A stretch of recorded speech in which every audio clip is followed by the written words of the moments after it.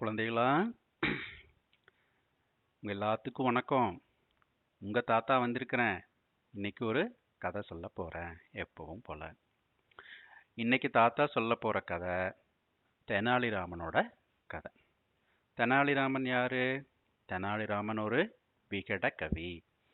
விகடகவி யாருக்கிட்ட விகடகவியா வேலை செஞ்சுக்கிட்டு இருந்தாரு தெனாலிராமன் அப்படின்னா, விஜயநகர பேரரசர் கிருஷ்ணதேவராயர்கிட்ட அவருடைய அமைச்சரவையில விகடகவியா இருந்தாரு இந்த தெனாலிராமன்.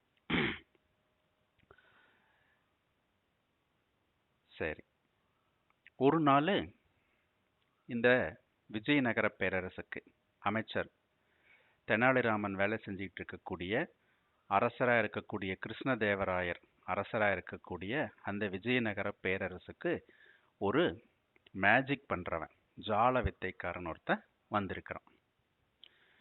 அந்த ஜால வித்தைக்காரன் மேஜிக் பண்றவன் நிறைய மேஜிக் எல்லாம் அரசருக்கு முன்னாடி நின்று பண்ணி பண்ணி காட்டிட்டு இருக்கிறான்.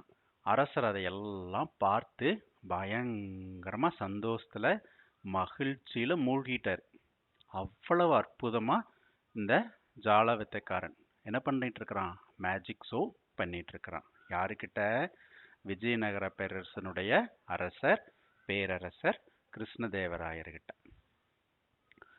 இந்த ஜால வித்தைக்காரன் இப்படியே ஒவ்வொரு மேஜிக்கா பண்ண பண்ண அரசர் அதை பார்த்து அப்படியே அவர் மகிழ்ந்து, அவருடைய மூஞ்சியில பார்த்தீங்கன்னா அவ்வளவு சந்தோஷம். அந்த சந்தோஷத்தை இந்த மேஜிக் ஷோ பண்றவன் பார்க்க பார்க்க அவனுக்கு அப்படியே கர்வம் அடைஞ்சிடுறான். இருமாப்பு வந்துடுது. ஆஹா, நம்ம செய்யற எல்லாத்தையும் அரசர் பயங்கரமா ரசிக்கிறாரு அப்படின்னு சொல்லிட்டு. அப்போ அந்த மேஜிக் ஷோ பண்றவன் அரசர்கிட்ட ஒரு டயத்துல சொல்றான், அரசே, இந்த மாதிரி மேஜிக் ஷோவெல்லாம் நீங்க எங்கேயுமே பார்த்துருக்க முடியாது. இந்த உலகத்திலேயே நீங்க எங்கேயும் பார்த்துருக்க முடியாது. இந்த மாதிரி மேஜிக் எல்லாம் இந்த உலகத்திலேயே என்னால மட்டும்தான் பண்ண முடியும் அப்படின்னு சொல்லிட்டு பயங்கர கர்வத்தோட என்ன பண்றான்? அரசர்கிட்ட சொல்றான். அங்க இருக்கிறவங்க எல்லாம், அங்க இருக்கக்கூடிய நிறைய அமைச்சர்கள் எல்லாம் இருப்பாங்க இல்லையா? அமைச்சர்கள், பொதுமக்கள், இப்படி எல்லாரும் அந்த மேஜிக் ஷோவை பார்த்துட்டு இருக்கிறவங்க எல்லாருமே மேஜிக் ஷோவை பாராட்டி மகிழ்ந்து எல்லாம் என்ஜாய் பண்ணிட்டு இருக்கிறாங்க. அந்த டயத்துல இந்த மேஜிக் ஷோ பண்றவன் இந்த மாதிரி ஒரு வார்த்தையை சொன்ன உடனே அங்கிருந்த தெனாலிராமனுக்கு, என்னடா இவனுக்கு இவ்வளவு கௌரவம் பிடிச்சி திரியிறானே இவன் அப்படின்னு மனசுக்குள்ள நினைக்கிறார். நினைச்சுக்கிட்டு இவனை நம்ம எப்படியாவது இந்த கர்வத்தை அடக்கணும். இவ்வளவு கர்வம் யாருக்குமே இந்த உலகத்துல இருக்கக்கூடாது. எல்லாரை விட ஒருத்தனை விட இன்னொருத்தன் பெட்டர் இந்த உலகத்துல கண்டிப்பா இருப்பான். ஆனா இவன் பாரு எப்படியெல்லாம் பேசிட்டு இருக்கிறான் அரசர்கிட்ட அப்படின்னு சொல்லிட்டு, சரி கவனிப்போம் பார்ப்போம் அப்படின்னு சொல்லி யோசிச்சுக்கிட்டே உட்காந்துட்டு இருக்கிறார். அப்ப இந்த மேஜிக் ஷோ பண்றவன் என்ன பண்றான்? இன்னும் 2-3 மேஜிக் ஷோவெல்லாம் காட்டிட்டு, அரசே, திரும்ப அவனுடைய கர்வத்தை அரசர்கிட்ட காட்டுறான். அரசே, இந்த மாதிரி மேஜிக் எல்லாம் நீங்க எங்கேயுமே பார்க்க முடியாது. இந்த மாதிரி மேஜிக் எல்லாம் நீங்க எங்கேயுமே பார்க்க முடியாது. இந்த உலகத்திலேயே என்ன மாதிரி மேஜிக் பண்ற மாதிரி யாருமே இல்லை அப்படின்னு சொல்லிட்டு, இந்த மேஜிக்குக்கெல்லாம் நீங்க 1000 பொற்காசுகள் கொடுத்தாலும் அதுக்கு தகும் அப்படின்னு சொல்றான்.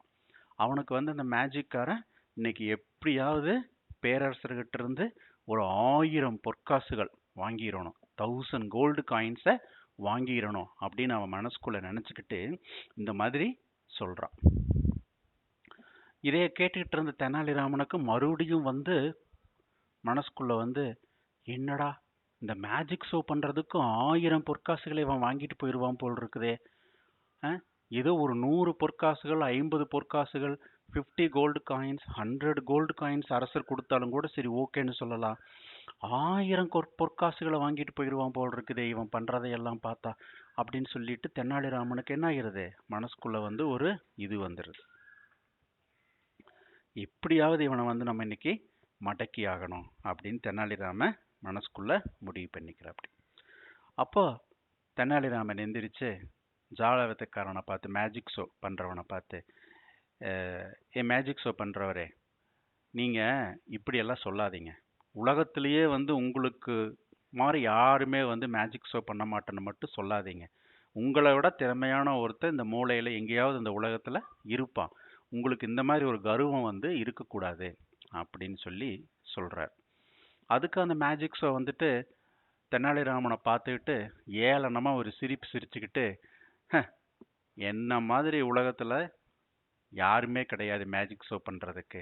எங்க உங்களால முடிஞ்சதுன்னா என் கூட மோதி பாருங்க பார்க்கலாம்" அப்படின்னு சொல்லிட்டு தெனாலிராமனை வம்புக்கு இழுக்கிறாப்படி.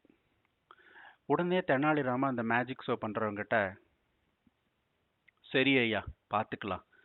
உனக்கு எனக்கும் போட்டி. சரியா? யார் ஜெயிக்கிறாங்களோ அதுக்கு நம்ம 2 பேர் வச்சுக்கிற போட்டியில யார் ஜெயிக்கிறாங்களோ அவங்களுக்கு அரசர் வந்து எவ்வளவு கொடுக்குறாரோ, பணம் கொடுக்குறாரோ, பரிசு கொடுக்குறாரோ அந்த பரிசு வந்து அவங்களுக்கு தான் சேரும். சப்போஸ் இப்போ நான் ஜெயிச்சிட்டேன் அப்படின்னா அரசர் எவ்வளவு பணம் கொடுக்குறாரோ, பரிசு கொடுக்குறாரோ அந்த மொத்த பரிசும் எனக்கு சேர்ந்துரும். சப்போஸ் இப்போ நான் உங்ககிட்ட தோத்துட்டேன் அப்படின்னா நீ மேஜிக் ஷோ பண்ற நீயே வந்து அரசர் கொடுக்குற அத்தனை பரிசையும் நீயே எடுத்துக்கலாம் அப்படின்னு சொல்லி சொல்ற. அப்படி இதுக்கு நீ ஒத்துக்கிறையா அப்படின்னு மேஜிக் ஷோ பண்றவங்கிட்ட தெனாலிராமன் கேட்கிறாரு. அப்போ உடனே அந்த மேஜிக் ஷோ பண்றவன், நான் இதுக்கு ரெடி அப்படின்னு சொல்லிட்டு சொல்ற. அப்படி சரி, இப்போ நானே செய்யறேன். நான் உனக்கு ஒரு இது செஞ்சு காட்டுவேன். அதே மாதிரி நீயும் நான் சொல்ற மாதிரி செஞ்சிட்டீன்னா நீ ஜெயிச்சதா நான் நம்பிச்சுக்கிறேன். நீ ஜெயிச்சதாவே நான் வந்து ஒத்துக்கிறேன். சரியா? ஒன்றும் இல்லை, ரொம்ப சிம்பிள். நான் வந்து கண்ணை திறந்துக்கிட்டு செய்யறத நீ கண்ணை மூடிக்கிட்டு இல்லை, நான் வந்து கண்ணை மூடிக்கிட்டு செய்யறத நீ கண்ணை திறந்துக்கிட்டு செய்யணும். இவ்வளோதான் வந்து நம்மளுக்குள்ள போட்டி. இந்த போட்டிக்கு நீ ஒத்துக்கிறையா அப்படின்னு தெனாலிராமன் என்ன பண்றாரு, அந்த மேஜிக் ஷோ பண்றவங்கிட்ட கேட்கிறாரு. போட்டியோட நிபந்தனை என்ன அப்படின்னா, தெனாலிராமன் கண்களை மூடிக்கிட்டு செய்யறத அந்த மேஜிக் ஷோ பண்றவன் கண்ணை திறந்துக்கிட்டே செய்யணும். இவ்வளோதான் வந்து போட்டி. இந்த போட்டிக்கு வந்து தெனாலிராமன் என்ன பண்றாரு, மேஜிக் ஷோ பண்றவனை நீ ரெடியா, போட்டிக்கு தயாரா அப்படின்னு கேட்கிறாரு.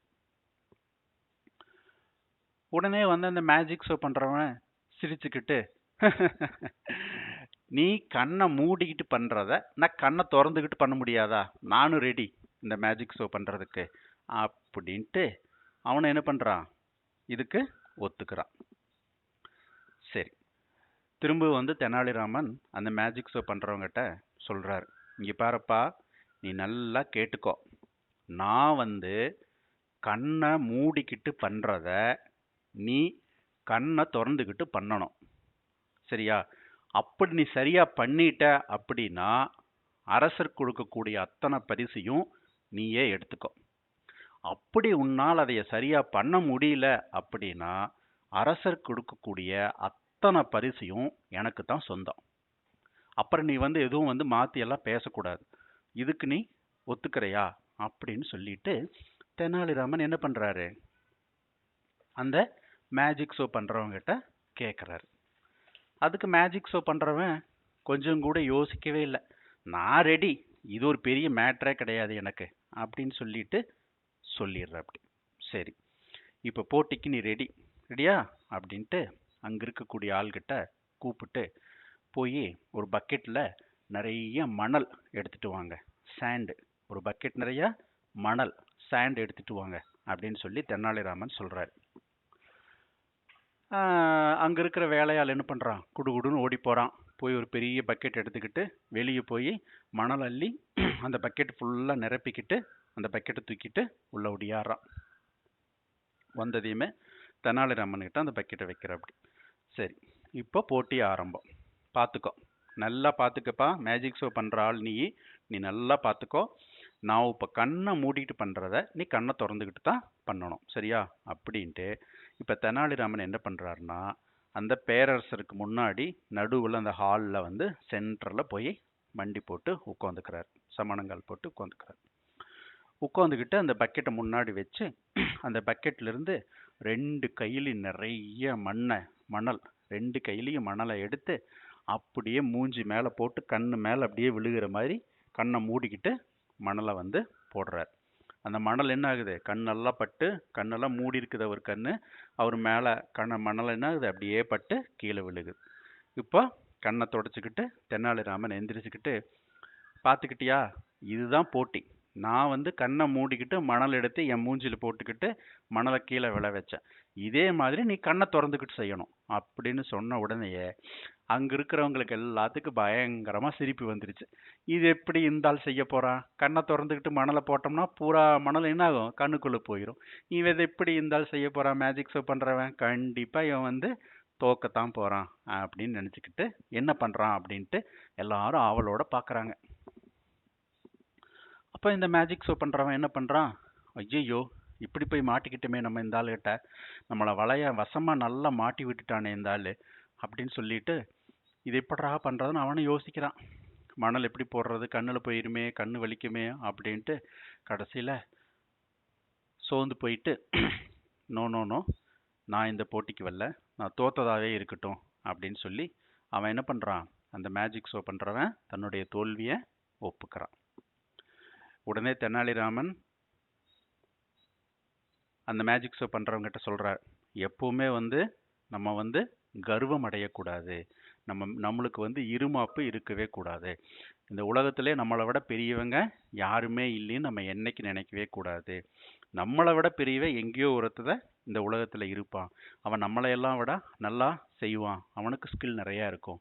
எப்பவுமே நம்ம தான் வந்து பெருசு அப்படின்னு சொல்லி போட்டு நம்மளுக்கு வந்து அந்த கர்வம் இருக்கக்கூடாது அப்படின்னு சொல்லிட்டு அந்த மேஜிக் ஷோ பண்றவங்கிட்ட சொல்றார். இதை கேட்டுட்டு இருந்த அரசரும் நல்லா என்ஜாய் பண்ணிட்டு சிரிச்சுக்கிட்டு தெனாலிராமனுடைய அதிபுத்திசாலித்தனத்தை அந்த இடத்துல வந்து எல்லாரும் வந்து அதைய இவ்வளவு அதிபுத்திசாலித்தனமா தெனாலிராமன் நடந்துக்கிட்ட பிடிப்பாரு அப்படின்னு சொல்லிட்டு அந்த அரசர் கிருஷ்ணதேவராயருக்கு வந்து பயங்கர மகிழ்ச்சி. ஏன்னா தெனாலிராமன் வந்து அவர்கிட்ட தானே வேலை செய்யறா அப்படி. அப்ப அவருடைய விகடகவிக்கு வந்து இவ்வளவு புத்திசாலித்தனம் இருக்குது அப்படிங்கிறது வந்து அவருக்கு ஒரு மகிழ்ச்சி தானே. உடனே என்ன பண்றாரு, அங்க இருக்கிற ஆளை கூப்பிட்டு 1000 பொற்காசுகள் 1000 கோல்டு காயின்ஸ் எடுத்துட்டு வாங்கப்பா அப்படின்னு சொல்லி சொல்றாங்க. அவங்க போய் என்ன பண்றாங்க, ஒரு பெரிய பையில 1000 பொற்காசுகளை போட்டு முடிச்சு கொண்டு வந்து கொடுக்குறாங்க தட்டத்துல வச்சு. அப்படியே அந்த 1000 பொற்காசுகளை எடுத்து தெனாலிராமனை கூப்பிட்டு, இந்தா தெனாலிராமா, உன்னுடைய புத்திசாலித்தனத்துக்கும் சாதுரியத்துக்கும் பாராட்டி இந்த பரிசு நீ வச்சுக்கோ அப்படின்னு சொல்லிட்டு என்ன பண்றாரு, கிருஷ்ணதேவராயர், பேரரசர் கிருஷ்ணதேவராயர் அவருடைய விகடகவியான தெனாலிராமனுக்கு அந்த முழு பரிசையும் கொடுக்கிறார். அதைய வாங்கிட்டு தெனாலிராமன் ரொம்ப சந்தோஷமா மகிழ்ச்சியா வீட்டுக்கு போறாப்படி. சரியா குழந்தைகளே, இதுதான் கதை. இந்த கதையிலிருந்து உங்களுக்கு என்ன புரியுது, இந்த கதையினுடைய நீதி என்ன, மாரல் என்னன்னு சொல்லுங்க பார்க்கலாம். கரெக்ட். என்னைக்கும் நம்மளை வந்து நம்ம தான் பெருசு அப்படின்னு சொல்லி போட்டு கர்வம் அடையக்கூடாது எந்த சூழ்நிலையிலையும். சரியா, இது முதல் நீதி.